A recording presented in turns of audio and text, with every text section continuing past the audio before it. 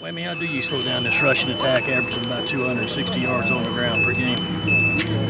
Well, you have to be really sound on what you do on defense because, they give you a lot of different formations, a lot of different shift and movement, and you got to make sure you fit where you're supposed to fit based on the defense that's called, and the team have a chance. So, and then if you do that, then you got to still be physical, and we got to do a great job of game tackling this running back and the quarterback. You guys worked on tackling a lot before the Furman game during the bye week. How do you think it improved against Furman and then in this week of practice? Well, I think, we actually did some of the things in the game that we did in practice. And, we're trying to teach you guys to tackle lower and wrap up and pull ankles together, and we saw some of those low tackles that way. And so, I guess we're creatures of habit. What you practice is what you're going to do. So we did it again this weekend, so hopefully it'll pay off in this ballgame. JT situation? JT is playing. JT practiced today.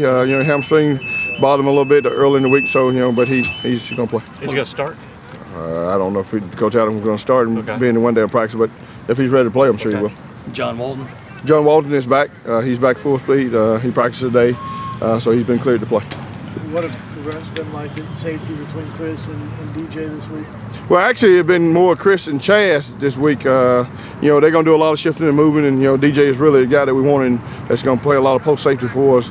That's going to be physical, so it'll be more Chaz and Moody this week, I believe. Okay, so no TJ then?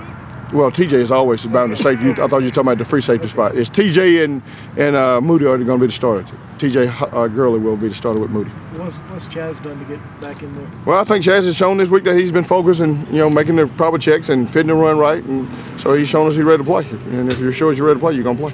About Mason Harris, do you think he'll be ready to play? Again, we watched him practice yesterday, and he didn't, put a lot of weight on when you had to fight pressure, and that's not the kind of ball game you want to play in if you ain't got two strong limbs, because they're going to be a big front that's going to come off the football, going to double team you, and try to get movement. So if he's ready to play, we'll play him sparingly. But if he's not 100%, then he probably won't play very much. And not that he was going to play, but Blake McLean, I saw was in yellow. What's his deal? Blake has a concussion, so he's in that stage of them cleaning.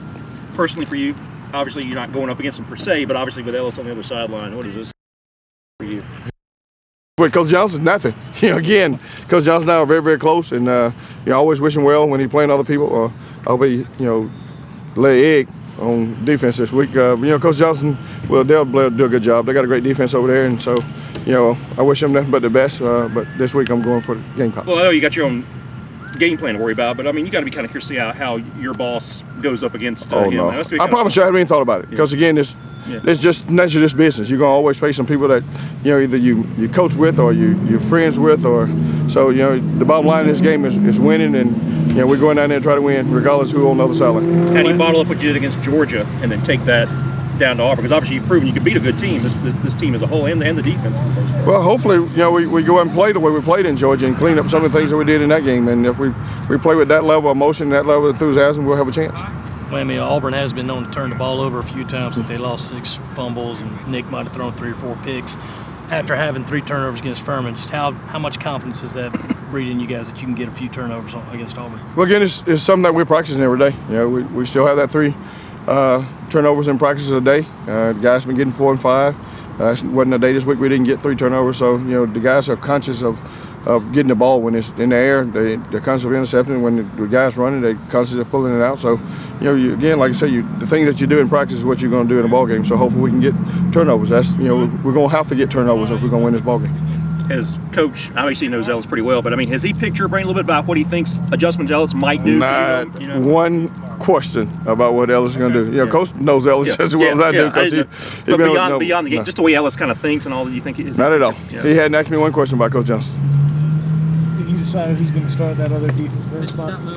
Oh, sorry. We talked this morning, and we still didn't come up with a decision. We'll talk again after practice today, and it'll be a decision that we'll make probably tonight on who's going to be the starting spot. It's hard to let Davey come out and been going for a long while to start, and then Bryson been moved to the end, so he'll place him in. But again, it could be Darius, probably will be Darius, but we don't know that yet.